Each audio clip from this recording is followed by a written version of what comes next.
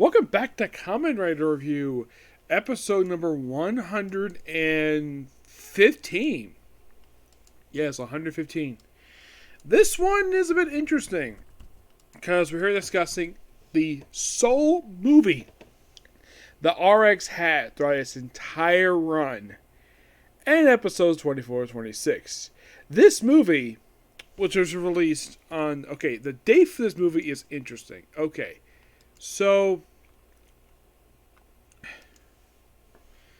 the movie gets released.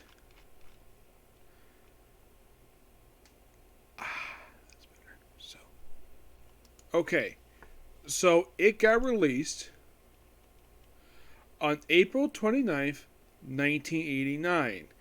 It is technically set between episodes 30 and actually 23, 24. But here's the strange thing.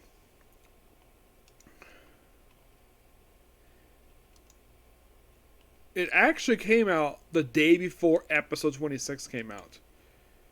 Okay, now here's the strange thing about this movie.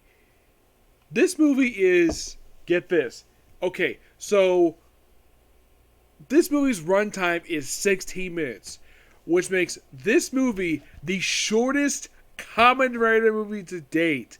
It's not 24 minutes. It's not 45 minutes. It is only a 16-minute movie. It's like, you consider this like it's half of the last movie basically we just had.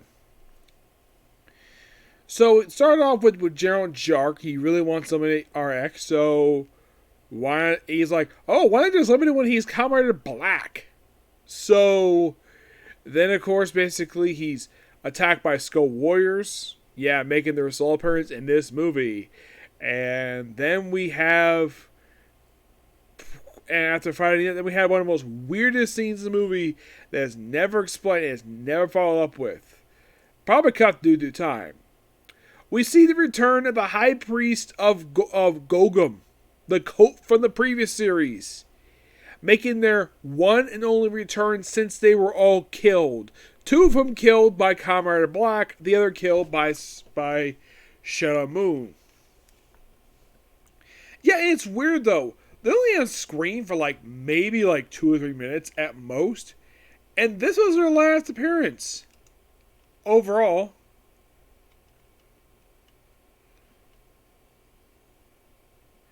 Though technically they do return for a couple movies to come afterwards. One of whom is Super Attention GP Kamen Rider 3. That was another return they had. But, okay, so their next appearance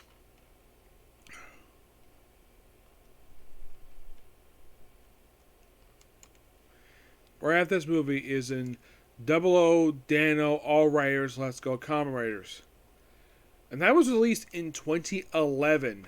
This movie was 1989. That was 22 years later. Yeah, it's okay, we have, and they're on screen for a couple minutes. They turn RX back into black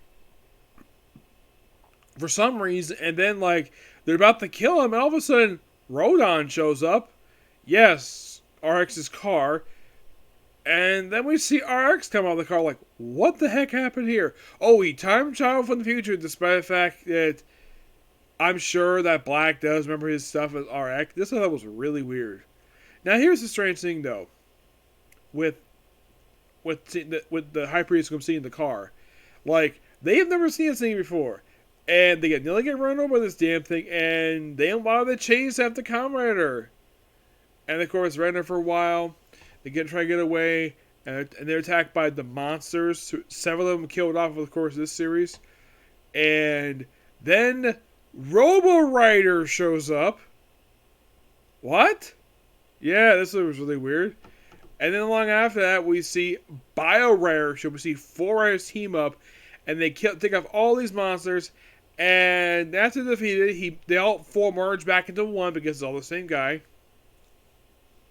Gets on his motorcycle, rides off, and that's the movie. And you're thinking, really? That's the movie. Yeah, it's very confusing, but I love the fight sequence we have here. by having all four writers basically kill off all the monsters. And it is strange though that Black is the only one who doesn't carry a weapon, because RX and Bio Rider carry swords, and Robo Rider carries a freaking gun. Yeah. And both vehicles use this movie.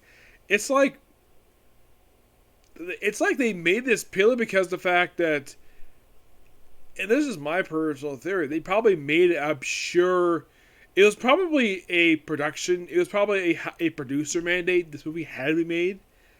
But like, okay, we don't have much time because to work in the series, but yet they still have produced movies for the last series, no problem. And yet this movie's runtime was only 16 minutes. I have a theory with this movie that we had scenes cut. Like they had the, maybe they thought, oh, it was too long. Maybe it was longer than they thought it was. They just cut. And here's the strange thing about this movie. Like, Joe the Haze is not here.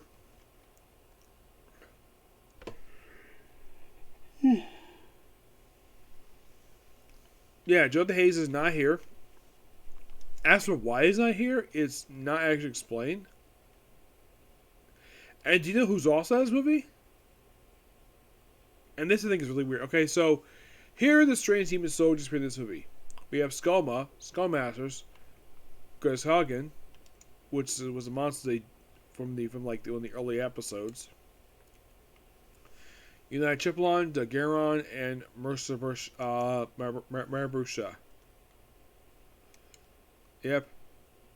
A character from one of the worst episodes seen for the whole series. It's like they did this because they had to. Yep.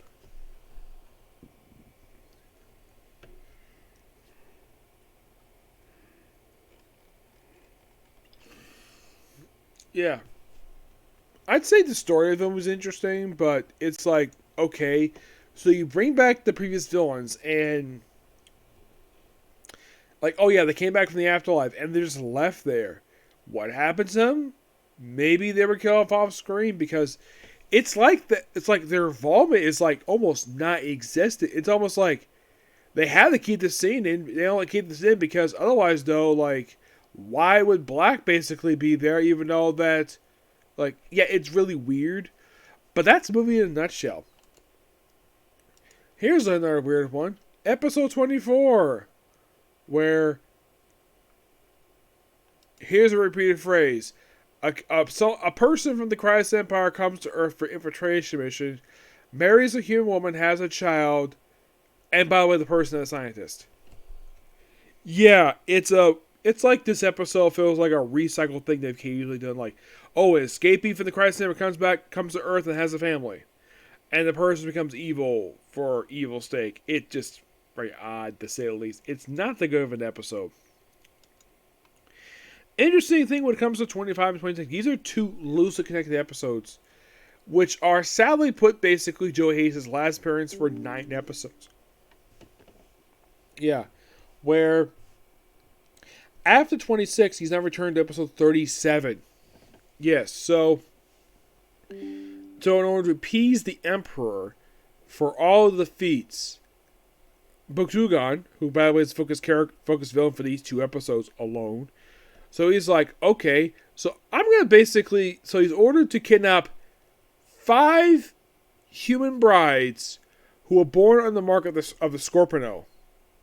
Strong-willed and according to Joe Hayes, stubborn women.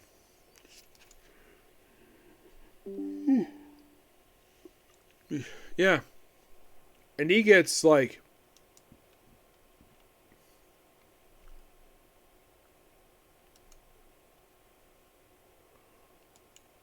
And he gets like 2 monsters these episodes. First one is a mantis monster. And a turtle monster. Yep.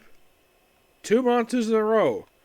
Yep. And the whole thing, he, like, apparently withheld something like, oh, that if in fact that the general family does not receive Earth in 6 months, he'd be executed.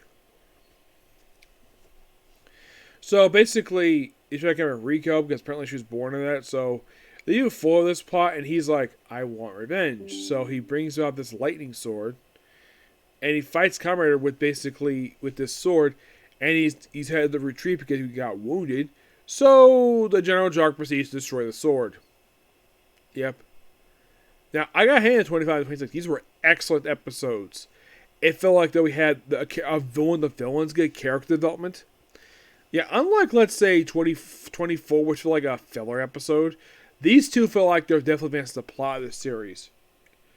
Definitely, anyways. Oh, by the way, he does not have many monsters left. Oh no, he doesn't. He has roughly about 4 monsters left overall. More like 5-ish.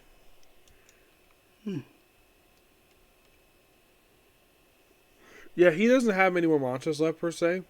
Not really.